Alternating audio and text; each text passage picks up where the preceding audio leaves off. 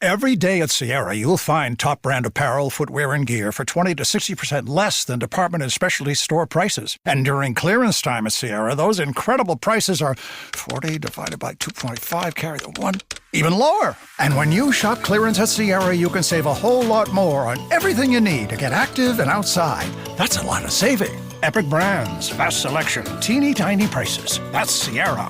Visit your local Sierra store today or shop online at Sierra.com. This episode is brought to you by FX's The Beauty Official Podcast. Join host Evan Ross Katz on the official podcast for FX's hottest new series, The Beauty, taking you behind the scenes with its amazing stars as they discuss the show's most jaw-dropping moments. Featuring Evan Peters, Anthony Ramos, Jeremy Pope, Ashton Kutcher, Rebecca Hall, Bella Hadid, Meghan Trainor, Isabella Rossellini, Jessica Alexander, and Ari Grainer. Search FX's The Beauty wherever you listen to podcasts. The world moves fast. Your workday, even faster. Pitching products, drafting reports, analyzing data. Microsoft 365 Copilot is your AI assistant for work. Built into Word, Excel, PowerPoint, and other Microsoft 365 apps you use. Helping you quickly write, analyze, create, and summarize. So you can cut through clutter and clear a path to your best work. Learn more at Microsoft.com/M365 Copilot. Right now, you can get free carpet installation from the Home Depot. So while we're putting in your new carpet, you'll have more time to take care of the lawn, get started on dinner, or just lay down and relax on your new carpet after it's installed. Get your free carpet installation started with the Home Depot. How doers get more done. Minimum purchase of $4.99. Exclusions apply. U.S. only. See store for details.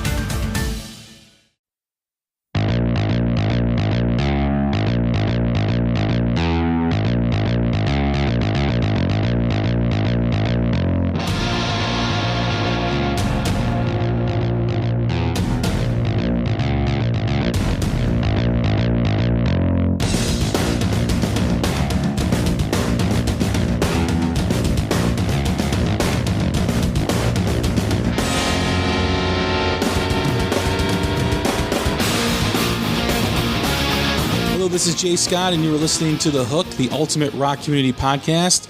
Welcome, everybody, to another show, another topic. Today, we have back a returning guest. We have Ari at ANight1990 on Twitter. Also, her blog is moodytunes.home.blog, and her YouTube page, American Nightmare. She was a previous guest. We talked about Chris Cornell, Soundgarden, Audio Slave. Welcome back, Ari. Thank you. Thank you for having me. I appreciate you doing this. Always good to have you on the show. Great content last time. Got some really good feedback. Yeah, of course. Would love to dive into another topic. And that topic is a timely topic. And that is Greta Van Fleet and the comparisons to Led Zeppelin. Yes. A very sensitive subject for a lot of people. I've seen Greta Van Fleet 3 times. Once back in 2017. Really? Yeah. And then twice this past winter at the Aragon Ballroom. So I've seen them 3 times. And each time I've seen them, I've been blown away. They've been tremendous. An awesome live band. Are there better bands out there live? Of course. I think they have been wrongly labeled as a poor live band because of the Saturday Night Live performance. I think that was just unfortunate. It was a bad night. I think maybe the mix wasn't that good. But every time I've seen them, I've been blown away by their performance, by their ability to really match what is played on the records. Definitely. I've personally never seen them live. I actually wanted to in December. That was probably at the Aragon Ballroom. You know, at the time, their record had just come out, and they were getting pretty hot. And I wasn't sure because it was I think it was during finals week or something. And so I waited a little bit. And then 2 days later, every single show, they had 3 shows in Chicago, and they were all sold out. So, and they haven't been back since. So it's so I totally missed out on that. I'm totally kicking myself for missing out on that. But I did see the Saturday Night Live performance, and I honestly thought it was fine. I know the sound wasn't too great. I thought people were a little overcritical about that performance because, like I said, I always thought that whenever they performed live, they were always at the top of their game. Well, that really is the society we live on, right? It's overcritical. It's the keyboard warriors sitting behind a screen and telling you what's bad and why it's bad and why you shouldn't listen. I've been really taken aback by watching Greta Van Fleet evolve and watching how people critique them and what they say about them, whether it's on a social media platform like Facebook or Twitter, whether it's a YouTube review by some guy who hasn't left his house in 10 years. Exactly. It's just absolutely ridiculous. But let's begin with what's positive about Greta Van Fleet. Okay. We have a band that is really good. Whether you like them or not, you can't deny the musicianship they have in the band. The drummer, the guitar player, the bass player, the singer, they're all very good musicians. The second, positive thing is, and what I believe is the most important, is how they've been able to punch through the wall of today's pop music, whether it's just pop music or rap or country pop or whatever, and be able to grab kids who are my son's age, 13, 14, 15 years old, and make an impact on them and get them listening to rock and roll again, which as a person who's in, their mid 40s, like myself, that's always what I've wanted. I've wanted newer bands to draw interest from young people. For a while, that really wasn't happening. There was really no inspired rock bands. You had your nickel bands and you had these cookie cutter, overproduced bands that really were one and the same. I don't get inspired by their music. It doesn't grab me. Yeah. They may have a good song or two, but it's not something where I stop and go, I need to see that band live. You may have a different opinion. What's your opinion of that? I think I know what you mean. A lot of bands that kind of started gaining popularity when I was growing up, they're not as that sort of spark that a lot of other bands like in previous decades have had. In the 70s, of course, we had all those great bands. In the 80s, there was the LA scene. In the 90s, there was the grunge scene. But after that, rock music has kind of lost its way and hasn't been able to really find itself again because of there's various reasons we can talk about. There's various, whether it's airplay, whether it's this denial by mainstream music that rock even exists anymore sometimes. Yeah. What I mean by calling them cookie cutter bands or overproduced, to me, they're all kind of one and the same. They've never really distinguished themselves from each other. And that's the better way to put it. I think I know what you mean.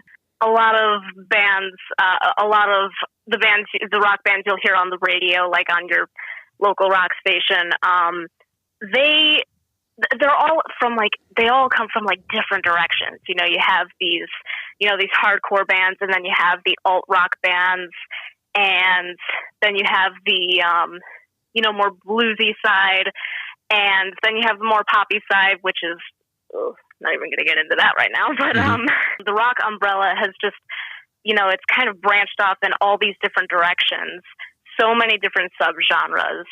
And I think that's definitely another one of the main reasons why it's not as big a part in the mainstream anymore. No, I agree. It's difficult to identify with what subgenre you're listening to. At the end of the day, people just want to hear good music and songs they connect with. So whatever genre it comes from, it doesn't matter. It shouldn't matter. But I think when people are searching for music, they find this band classified in one subgenre. They may not like the experience of hearing a band prior to that, so they completely shut down themselves from listening to any part of that subgenre. And I think there's too many labels in rock music. Rock music is really just rock music. I classify it as basically rock, hard rock, heavy metal. That's it. You know? Exactly. And that's how it should be. With Greta Van Fleet, I think what's happening is they're a rock band. They're a hard rock band. It's pretty simple. It's identifiable because it sounds like you've heard this before. And in large part, you have. A lot of the music is influenced by Zeppelin, is influenced by Cream, Free, even a little bit of Rush in some of their music, and a lot of Delta blues as well. But getting back to what I was originally saying is they've been able to punch a hole in the wall to grab younger generations and younger people to listen to rock music again. And that's what we've always wanted. We've wanted another generation of rock bands. We've always been asking, where did rock go? What's happening to rock music? Well, over the last 2 or 3 years, there are these great new artists and great new bands that are rising through the ranks that are really, really good. Really good. So when Greta Van Fleet starts to rise in popularity, then all of a sudden you see the social media keyboard warriors try to immediately tear them down. Yeah. When their last album came out, it seemed like each critic was trying to outdo each other with how bad they could say the album was. You know? Like, oh, well, you got like that. Like the Pitchfork review, what was it, a 1.6 or something out of 10? And, you know, this guy just talks about how they, it sounds like Greta Van Fleet smoked pot once and decided to make a Led Zeppelin record or whatever he said. He said something like that. And I've never listened to critics, you know, I've never really let their opinion sway my, preferences or whatever. But I just thought it was so funny, like how serious this guy was. It's like, oh my God, what did these 20-something-year-olds do to you? Well, right. Yeah. And that's such a dumb statement to make. Whether they smoke pot or not, do drugs or not, base the music on what the music is. In my opinion of the album, Anthem of a Peaceful Army, it wasn't as strong as I wanted it to be. I think it's a good record, and I think there's some good songs on there. I thought their 2 EPs prior to that had stronger material. I definitely agree. Highway Tune, the first Greta Van Fleet song that I heard, that was what got me hooked. Mm-hmm. And Black Smoke Rising, that's another great one. Anthem of the Peaceful Army, when they said they were going to release a new single and it was When the Curtain Falls, I heard it on the radio. I'm just like, oh my God, yes, new Greta Van Fleet. And I heard it and I'm like, it's good. Yeah. I was expecting a lot more. I was expecting a lot more. I did think their EP was a lot stronger, like you said. That doesn't mean they didn't deliver on the album. When I hear critics criticize them, like the Pitchfork review, and then there's the other bald guy on YouTube who likes to critique everything. I forget his name. But I know. Yeah. I know that exact bald guy that you're talking about. Yeah. It's just like his review was one of those reviews that I talk about. Like he's trying to outdo other people just for hits on his page. Objectively, when you're listening to the album, it is a good album. There are some really good songs on there. You're the One is a really good song. There are several other songs on the record that really are great. I actually have my copy right here. Watching Over. That's a great song, too. Definitely one of my favorites. Yeah. That's definitely one that's, like I said, a lot stronger. And that's just one example. The other positive thing is that because of their popularity and because they've been able to grab young people and connect with young people, is other bands are starting to rise in popularity. Whenever you talk about the band Greta Van Fleet, you have to mention the Struts, who are not far behind them. More of a British pop band along the lines of a Queen, T-Rex, that style of music. There's a lot of Stones influence in there. You can hear a little bit of Oasis. Another band that I've seen live. When you compare both those bands to their stage performance, the Struts are far and away a better band live. That's one of the negative things I feel about Greta Van Fleet. although they sound great in concert, I don't think they've developed their presence yet on stage. I think they're still trying to figure that out.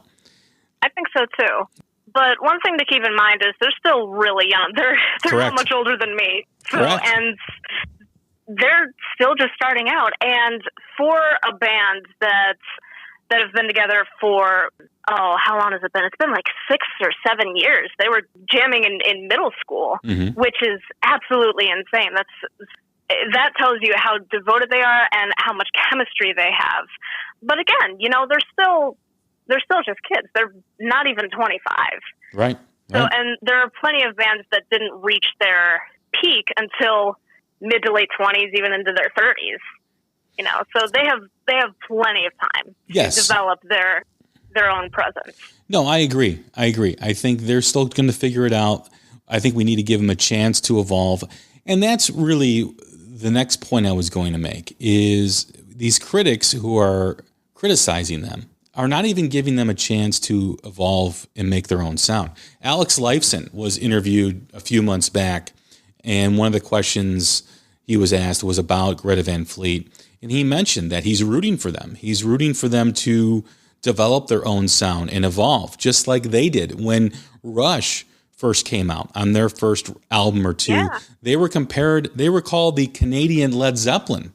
When you listen to the old Rush stuff from the first two albums, there's a lot of similarities with their music in Led Zeppelin. As they moved forward, they got farther away from the Led Zeppelin comparison. And there's no reason to think that Greta Van Fleet can't do that. Yeah. Because I think as they play more and they develop even more chemistry and have more life experiences because they're so young, I think the music and the writing's only going to get better.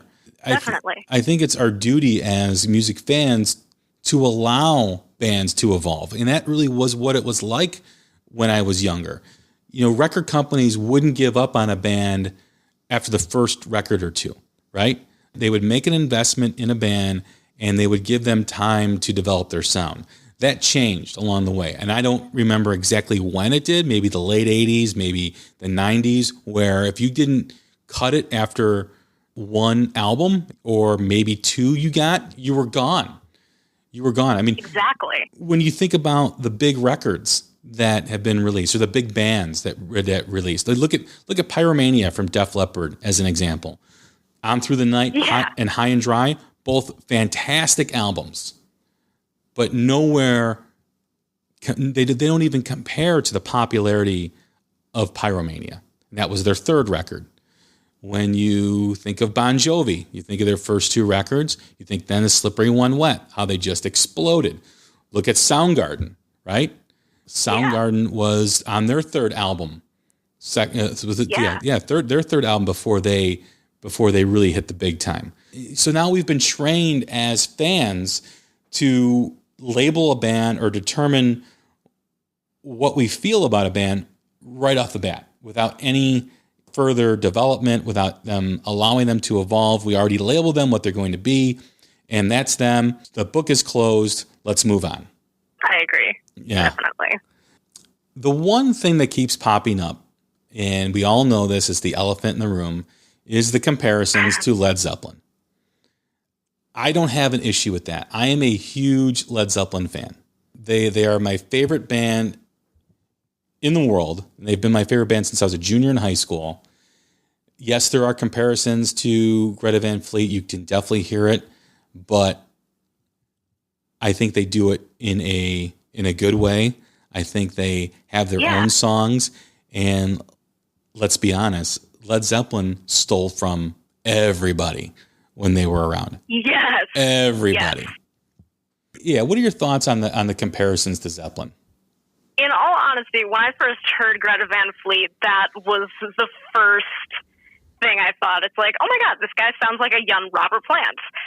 But that was literally the only thing that crossed my mind. It's like, it didn't, the word ripoff didn't really cross my mind. It's like, oh, this is cool, this is different, but it's new, but it's also good. And I've noticed with a lot of Led Zeppelin fans, a lot of older rock fans, is Led Zeppelin seems to be the basis of literally every single rock band out there. Like, well, not every single one, but a lot of famous ones. Like you said before, Rush is the Canadian Led Zeppelin.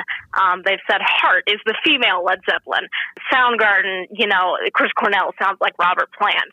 They're the 90s Led Zeppelin. It's like, in all honesty, it got a little ridiculous, hearing that sort of take. Because not everybody's ripping off Led Zeppelin.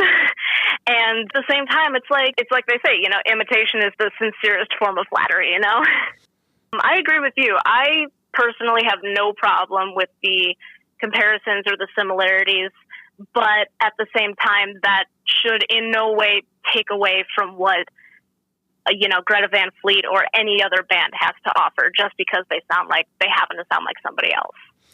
I think the issue that I have with Greta Van Fleet when it comes to that, when it comes to the comparisons to Led Zeppelin, is their reluctance to embrace it. I think in interviews I've read or interviews that I've seen, they almost, when they ask about their influences, it's almost like they purposely avoid saying Led Zeppelin. And I think that's the wrong approach. It's obvious, the comparisons are obvious, the sounds are obvious. Just embrace it. Tell people that, we love Led Zeppelin. They're a great band. Of course we're influenced by them because they're one of the greatest of all time and we listen to them. I think they almost get kind of annoyed when people bring it up. And I think that's the wrong approach. And I think that rubs people the wrong way when they do that. I say own it. Own that comparison, own that influence. Don't run away from it. Don't be ashamed of it. And as you grow as an artist and as you evolve, those comparisons will become less and less and less. And just like Rush, the Canadian Led Zeppelin, there's no way after those first couple records, after 2112, after Moving Pictures, after Power Windows, after whatever album, there's no way you compare Rush to Led Zeppelin anymore. That's what. Now they're two completely different entities. Correct, and I think that was the point with Alex Lifeson, who said, "Give him a chance to develop, give him a chance to evolve." Robert Plant even said that he loved him. He enjoyed listening to him. And I think he's getting tired. Oh my God! Yeah. When Robert Plant compliments your band, you're pretty much set. Right. No, I mean exactly. Robert Plant. Listen, I've read interview after interview of him over the years. I try to watch everything he's on because I'm a Zeppelin fanatic. He does not give out compliments very often. He just doesn't.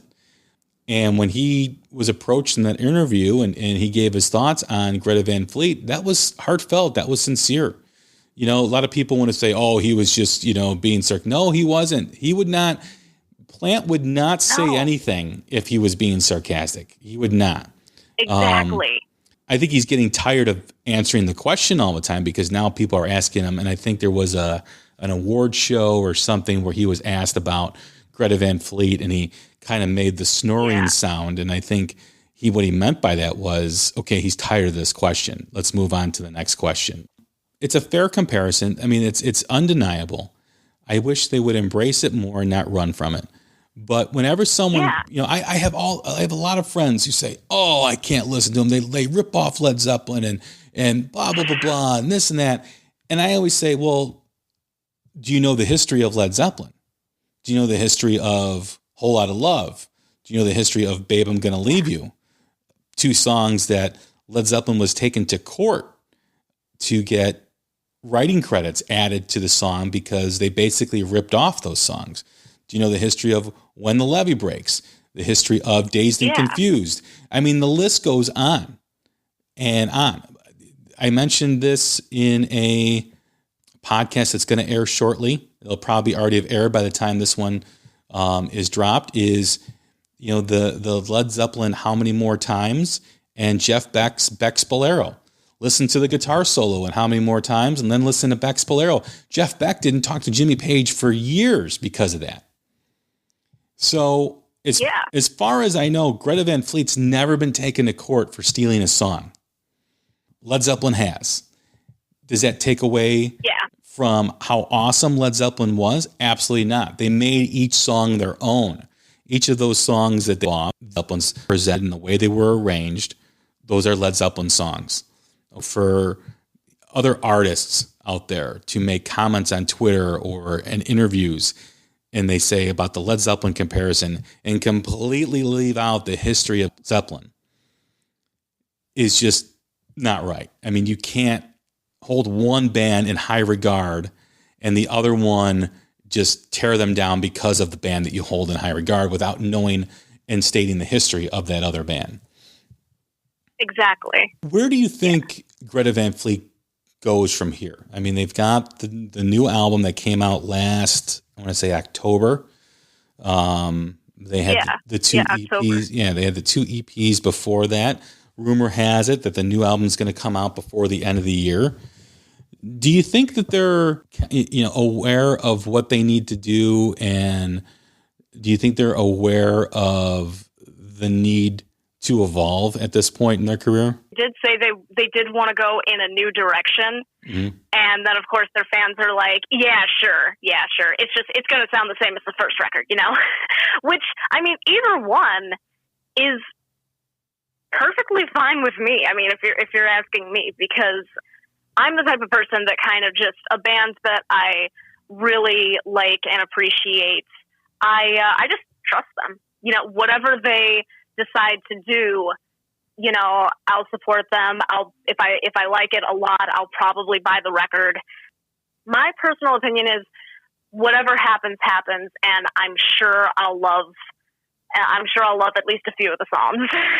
Yeah, no, that's a good point. I mean, trusting the artist that you're a fan of and trusting them to continue on their journey and us as passengers is a really important thing to maintain being a fan of somebody, because you're afraid someone's just going to come at you and, how could you like that band? And it's like, there's no like middle ground. It's either like 0 or like it's 100.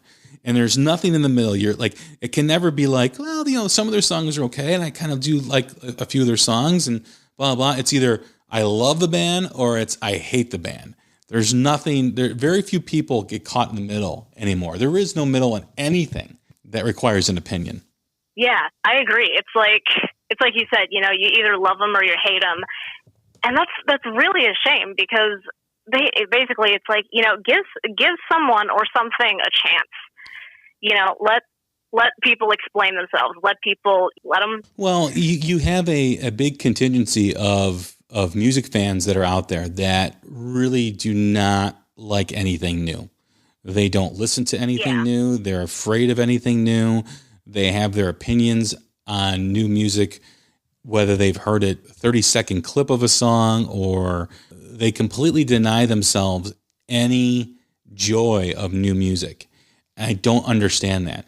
And when you have a band like Greta Van Fleet, and you have the Struts, and you've got Tyler Bryant, you've got Joyous Wolf, and you've got Dirty Honey, another band out of Ohio, and Black Coffee. Yeah. I'll be honest, I personally actually was that way for a while. When I was getting into, the 70s, 80s, and 90s, it's like, oh my God, this is it, and nothing else, Went through that phase, and then eventually I found myself thinking, wait a minute, no, that's really close-minded, and that's, I got to open myself up. And when I started listening to the radio more, it's like, oh my God, there is really good stuff out there. I mean, no, they don't compare to my favorite bands, but still, there are a lot of good bands out there. Like you said, Joyous Wolf. They're one of my new favorite bands ever, They're great. And there really is a lot out there. All you have to do is just give it a chance. Open your mind. Don't be afraid to try new things. Well, as people get older, they have their friends, and they're comfortable with their circle of friends. And as they get older, that circle of friends becomes smaller and smaller. It usually doesn't expand as you get older; it gets smaller. And it's like that with music. That's true. If you look at the music you like as your friends, and as you go through time, those friends, the music you listen to, becomes smaller and smaller. 10 years ago, you may have liked, let's say, 20 of those bands. And then 5 years ago, now you only listen to 10. Now you're probably on 3 to 5. You found your groove, 3 to 5. This is what I'm going to listen to. And that's great. That's one way you could enjoy your life, is less is more, I guess. Some people believe. But then there's also the way music connected with you at some point, right? I mean, you wouldn't like rock music if it never connected with you. And I think when people talk about new music, they still have this idea in their head of the Limp Bizkits and the Smash Mouths and the Third Eye Blinds and that music that was like after the turn of the century that really wasn't very good. I mean, like the first decade of the 2000s really did not produce a lot of good new rock music. There's only maybe... Not exactly, no. Yeah, there's probably only a few bands that were like worth mentioning from like 2000 to 2010 that music has evolved since then. You had the Rival Sons and Blackberry Smoke and all these bands that have come out and have now are building a following that are no longer called new bands. They're newer bands. But I think we're at a period now where it's starting to, kind of bubble over. The water's been heating up and it's starting to boil and it's starting to overflow in the pot that you're boiling the water. And I think rock music is going to have a resurgence over the next 10 years. And I think the bands that we mentioned in this conversation are really going to lead that. I think there's definitely a lot of potential. And if we let it happen, like you said, rock could make a resurgence. Or it could at least keep bubbling over, like you said. Because I honestly really don't know. Because we have every decade, like since the 80s and 90s, there's a lot of pop music that, kind of takes over and sort of potentially overshadows, especially in more recent years. Pop music tends to overshadow that a lot. And it's hard. And when I say pop music, I mean like exactly like what's popular, because I know pop stands for popular music, but like rap, hip hop, the electronic dance, EDM kind of music, whatever else is out there, I'm not really sure. But that seems to be what is definitely popular now. And I think it's going to take a lot of time and a lot of effort, but I think it could happen, like you said. And I think it's the time is ripe for it. I mean, I see my son wearing rock T-shirts. I see his friends listening to the music he's listening to. I'm sure that's happening in other places. I just don't think that's an isolated thing that's happening, an isolated situation. But I think more and more young people are listening to rock because at the end of the day, what happened with rock music is it started to, I mean, especially in the 80s and the early 90s, it started to really become stale and started to become, you couldn't tell the difference between one band and the other. And I think now you have that with pop music.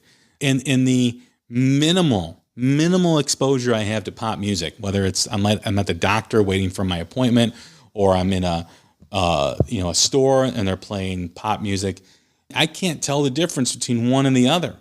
You've got 30 writers on a song, 40 producers on a song. Everything is auto-tuned. Nothing is really played. The people don't know their instruments like they do in rock music.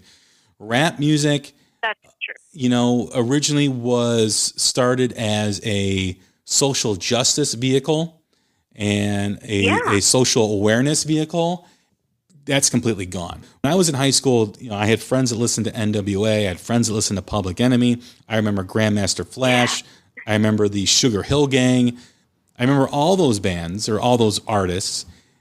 They spoke about things. They spoke about what it was like to live in the inner city and the experiences they had with law enforcement and the experience they had with the economic depression and everything in the inner city. And that was their voice. The rap music was their voice.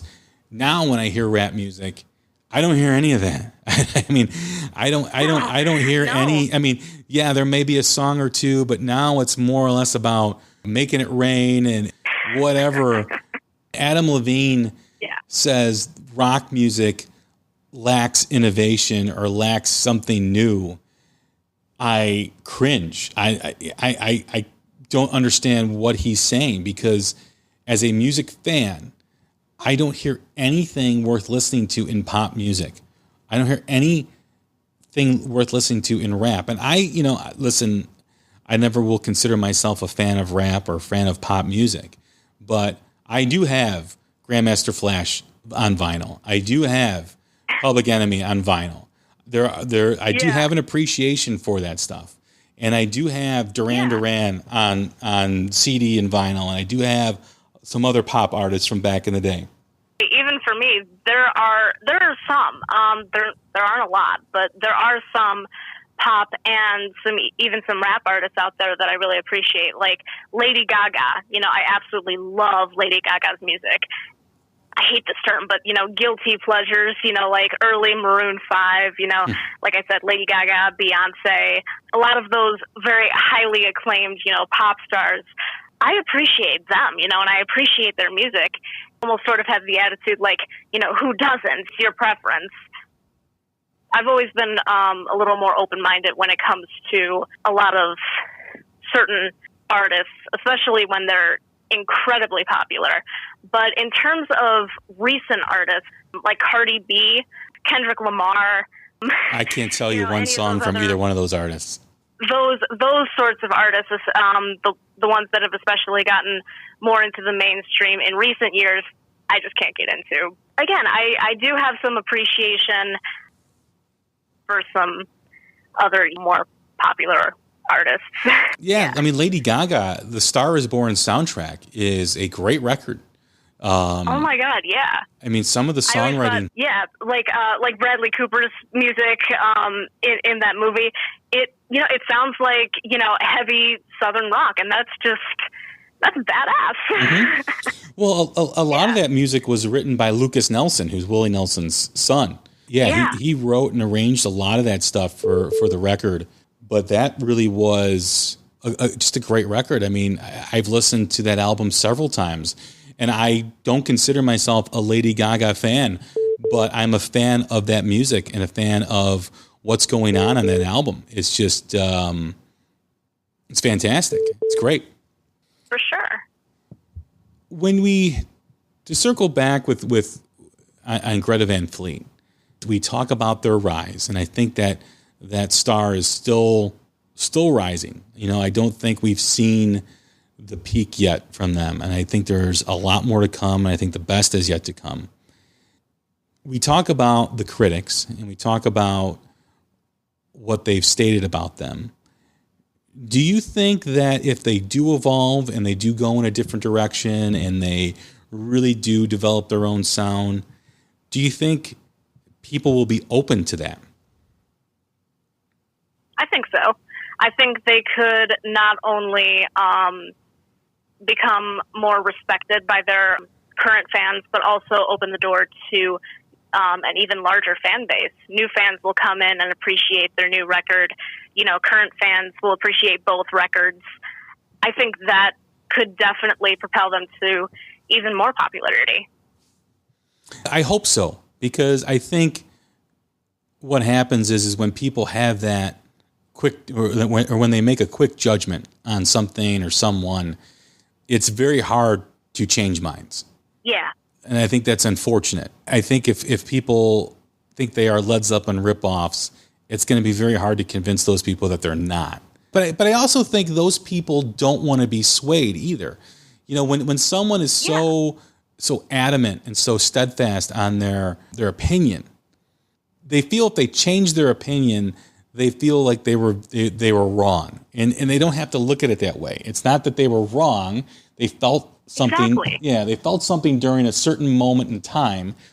And just like the artist evolved, you can evolve with your opinion. You don't have to have the same opinion you had 2 years ago. You can change your opinion based on new information. Yeah. I think that may hinder them. I also think, and I've said this before, that the reliance on critics to tell us what to like and what not to like in rock music is baffling. Led Zeppelin, the great Led Zeppelin, which every band is compared to, critics hated them when they came out. Hated Led Zeppelin. Yeah. Led Zeppelin 1 and Led Zeppelin 2 were not very well received in the UK. Led Zeppelin broke in America before they broke in the UK, their hometown, because of the pushback of people believing that they ripped off the blues. They ripped off, whether it was Willie Dixon, whether it was, Muddy Waters, whoever. There was a huge pushback against them when they first came out. Yeah. They went to America and America loved them. But the critics in the UK and a lot of critics here too as well, I want to state that, were very critical of Zeppelin when they were first out. Now that's all forgotten. Led Zeppelin can do it all. They're the best band ever. I agree. I'm not disagreeing. Oh, yeah. But we cannot forget that if we listen to the critics and we rely on the critics to tell us what to listen to and what not to listen to, many of us Led Zeppelin fans would not be Zeppelin fans. If we listened to everything the critics said, there wouldn't be a whole lot to really listen to that would be considered quote unquote good.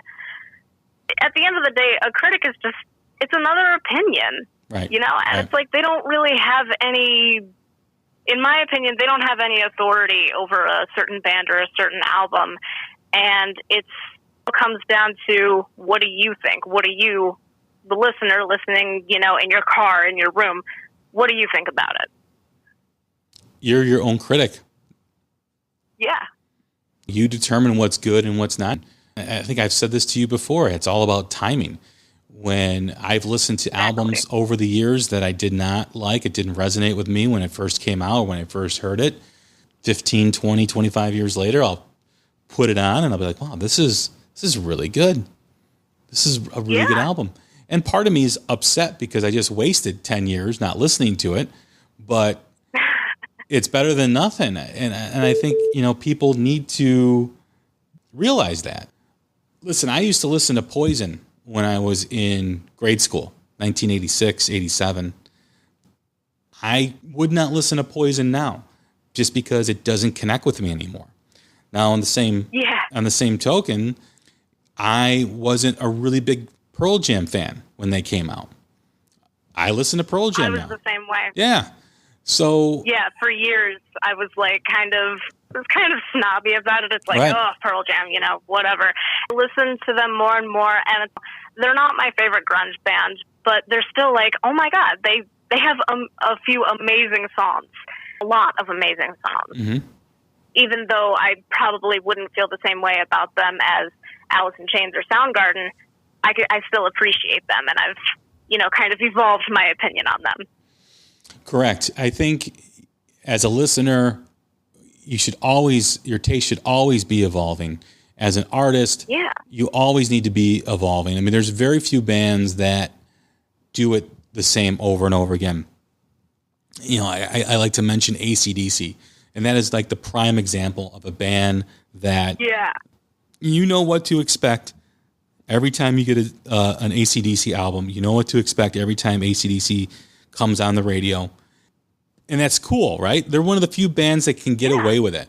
I do think things got a little stale with them, and I had this conversation on another podcast. Things got kind of stale in the mid-'80s to early '90s. I think that was just product of what was around them, the product of the music environment back then. They stuck around, and they're popular as ever. They're probably going to be touring, announcing a tour very soon. Maybe it'll be announced by the time this podcast airs. But I always like the art. Yeah, I always like the artist that does take chances, that I put my trust in them, that, I love their last album and then their new album is different. It's still the same. It still sounds like them, but it's better. It's a more mature sound. When an artist can grow with their audience, that's the best thing, in my opinion. I agree. And when you first get into a band, when you first hear their first album, and you kind of grow with them, you hear, how their sound evolves. It's like, it's going to sound a little corny, but it's a really special thing. It's like what I'm assuming, your generation had with Led Zeppelin, my generation has with Greta Van Fleet. Right. Hearing their sound evolve, seeing them become more and more popular, and then they'll go down as like a couple decades from now, they could be considered one of the greats. I believe so. I think so. I think the climate is right for them to take advantage of that. I think that being that there isn't a lot of new rock coming out that is resonating with young people, and that's really where it's at. You could release, an artist could come out, a new artist could come out and release new material, and if someone my age likes it, nothing's going to happen because, you know, I'm in the demographic where advertisers and music executives don't care about, right? I'm going to spend money on music that I like, and they know that. But when it starts to hit the young people, you know, in middle school, in high school, that's when they start paying attention. And more than likely, when girls that age start liking that music, then you see the real change. You think about every music movement over the last 30 years, you know, whether it was in the 80s, whether it was in the 90s. Before the teenage girl got into the Bon Jovis and the Def Leppards, before they got into the Pearl Jams and the Soundgardens, it was predominantly a male audience, right? That's true. All that stuff. And then when it makes that leap into the teenage girl, and because they will spend the money on the T-shirts, they'll spend the money on the albums, they'll go crazy over. I mean, look at Taylor Swift's fan base, look at Katy Perry's fan base, predominantly female. Oh yeah. They will spend the money. They will get their parents to spend the money on concert tickets and all that. And then once they're a fan, I mean, I think of women my age who I'm friends with who go nuts for New Kids on the Block tickets. You know, when they were kids, you know, this band was popular, and let's face it, the music is not that good. Well, I shouldn't be. It's never connected with New Kids on the Block. Never connected with Jay Scott, unfortunately, I should say, fortunately. What I'm trying to say though is that they will be loyal to that artist forever if they become a fan. Bon Jovi is a prime example. Bon Jovi was this huge band in the 80s, huge hit after hit after hit. They kind of went away for a while, and when they came back, they reinvented themselves. Now they're on adult contemporary billboards, and when you go to one of their concerts, it's 75% female. They know their audience. They know their audience. So when that happens, and I've told that to my son, I said, when the girls in your class start wearing Greta Van Fleet shirts, the Struts shirts, you know, Tyler Bryant, whatever, Joyous Wolf, that's when you know things are going to change. For sure. That's when music executives are like, well, they're not listening to Taylor Swift anymore. They're listening to the Struts, and they're listening to Greta Van Fleet. So then you start to see band after band after band sound the same. The original artist that came through first will always be the original, but you know, they'll start to sign 100, 200 acts that sound exactly like Greta Van Fleet, sound exactly like the Struts, and so on. Now, with your generation, because you're roughly 20 years younger than I am, what do you look for in an artist? I mean, I've asked this question to my son. Do lyrics resonate with you? Does the image attract you? How do you get attracted to new music or new artists? I would honestly say it depends on the band. But in a lot of cases, generally, the first thing I look at is the lyrics. Even if it's just, you know, even if it's not super personal, if there's a specific line in there that kind of hits me, which is unexpectedly, it's like, oh, you know, okay, this is good. I dig this. You know, this is, and then over time, when I see their image, that sways my opinion. But for the most part, I would definitely say the lyrics, because the image, you know, the image grows and evolves over time. Bands develop their own image over time, especially when they're young bands, you know. It's hard to not focus on that, but it's one of those that you kind of have to take it as it is, because if you like it, the image shouldn't matter as much if the music resonates with you. I agree. I think when I was younger, because I was a child of the 80s, image was very important because it was the beginnings of MTV. So the video was just as important as the song. Sometimes, in some cases, it was more important. When you were able to see the band, relate that to their music, it had a huge impact. And then that was like the gateway. And then you started to read the lyrics and started to get more in depth with them. I remember in the early 80s, I talked about this in our first episode, how I had no idea what Van Halen looked like other than the 4 pictures on the back of the album. I had no idea what their style was live. The only band that I had known of because I had seen was Kiss, because their paraphernalia was all over the place. I knew of Kiss, but I had not yet heard Kiss until probably 82, which was the Creatures of the Night, the I Love It Loud song. As we move away further and further away from that period of music, I think the lyrics, I think the musicianship, the songwriting has become just as important as, or probably more important than what people look like. And I kind of give kudos or props to grunge movement for bringing that back. When you talk about Soundgarden and you talk about Pearl Jam and Nirvana and STP, Alice in Chains, they were really responsible for bringing the importance of meaning back to songs. And hey, the Van Halen Good Time Party Band and all those bands from the 80s all have their place, and they all are awesome. And I hold a lot of those bands in high regard. But as we move throughout that decade in the early 90s, it really had lost its way. It became just like a parody of Spinal Tap, which was a parody in itself. Yeah. But when you sit down and you just, without listening to the music, and you read the words written by Chris Cornell, or you read the words written by Eddie Vedder, it's very powerful, and it's very, it has a huge impact. When I was getting into Rush, I remember I couldn't connect with Rush because of Geddy Lee's voice when I was younger. And my friend was a huge Rush fan. And he says, just focus on the lyrics. The lyrics will change the way you feel about them. And he was right. It was fantastic. I mean, I opened up a whole new door of great music to me. Instead of focusing on the high pitch of Geddy Lee, I focused on the lyrics.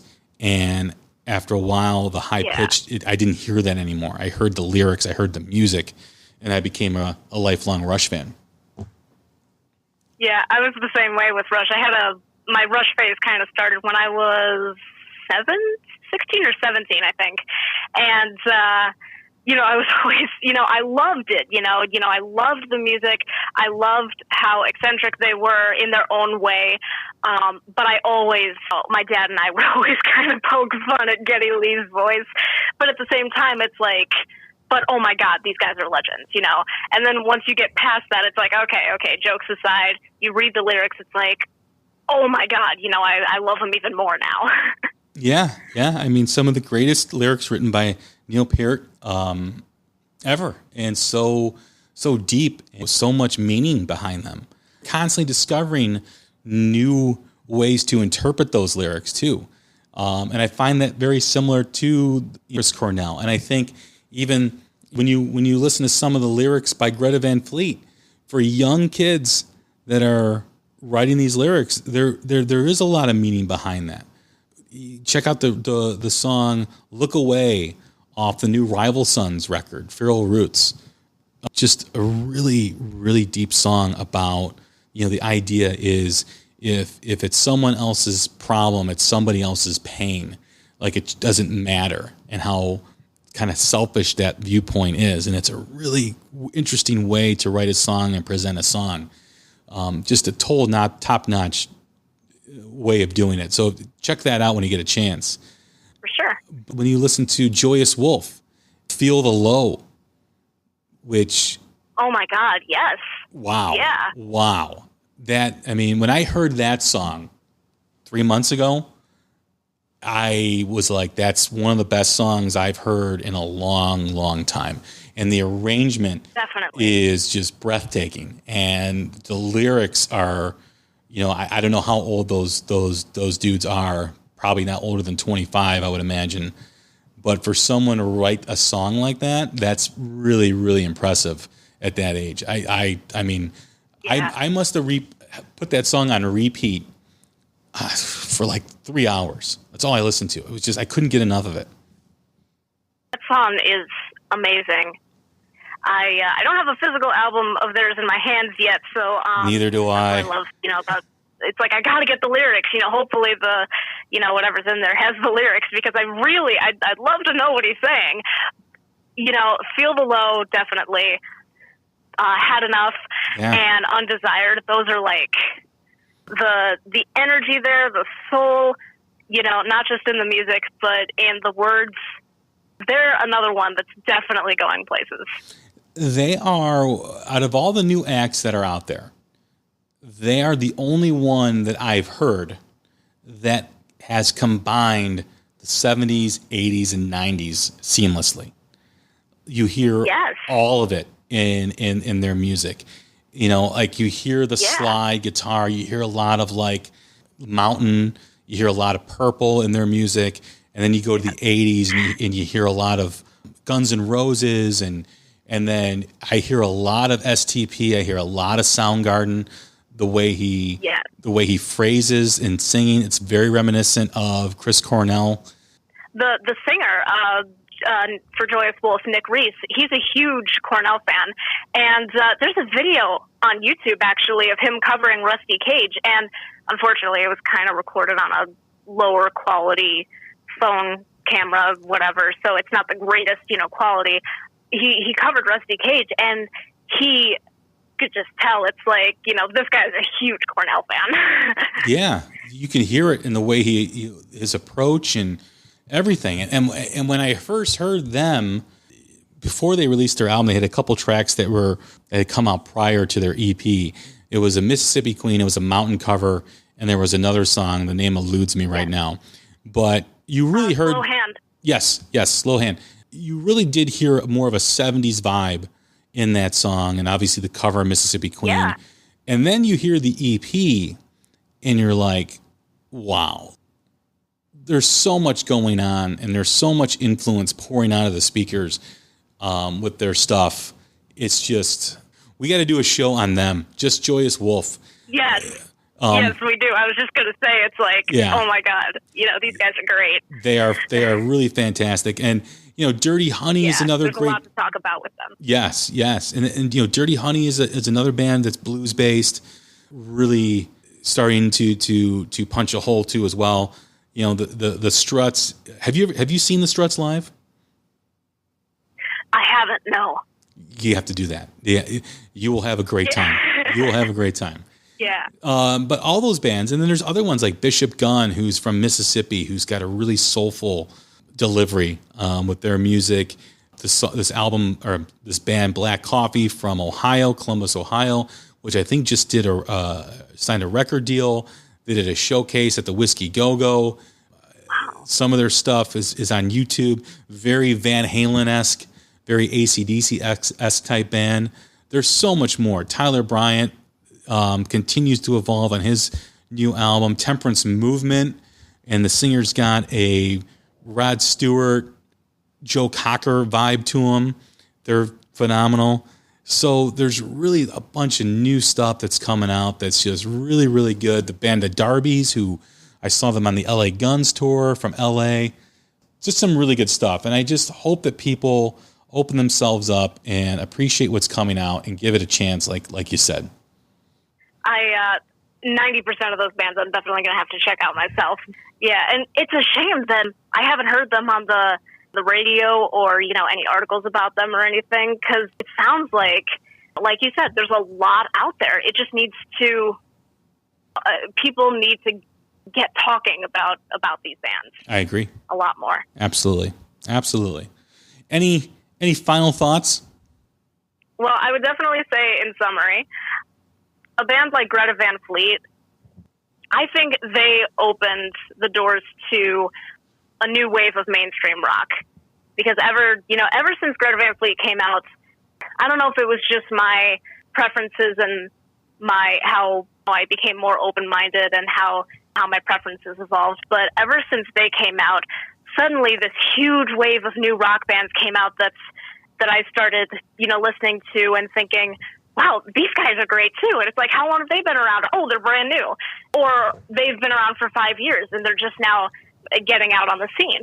Mm-hmm. And it's like you said, it's the perfect time. And I personally, I can't wait to see where these bands go. And I can't wait to see who else can come forward and kind of join the movement.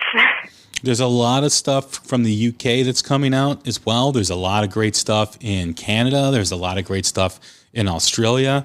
When I think of Australia and new music, I think of the Lazies. When I think of Canadian new music, I think of the Standstills. I think of La Chinga. When you think of the UK, the Treatment, I think of Massive Wagons. So there's a ton of stuff coming out. 1000 Mods, who you and I talked offline about, this band from Greece. It's kind of like this doom punk metal band, which is really cool. There's a whole bunch of stuff, and I just wish people would give it a chance and listen.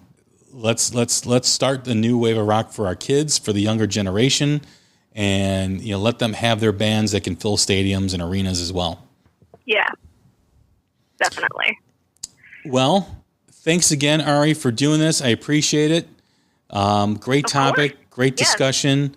I will totally talk about Joyous Wolf, or if you want to do an Alice in Chains show or whatever you want to do, I'm always up for it. Let me know. I know you got a lot going on too as well. Definitely. Let me know when you're available and we'll do it again. Okay. Yeah, you got it. All right. Well, thanks, Ari. And once again, this is Jay Scott, and you're listening to The Hook, the Ultimate Rock Community Podcast. And we'll talk again soon. Thank you.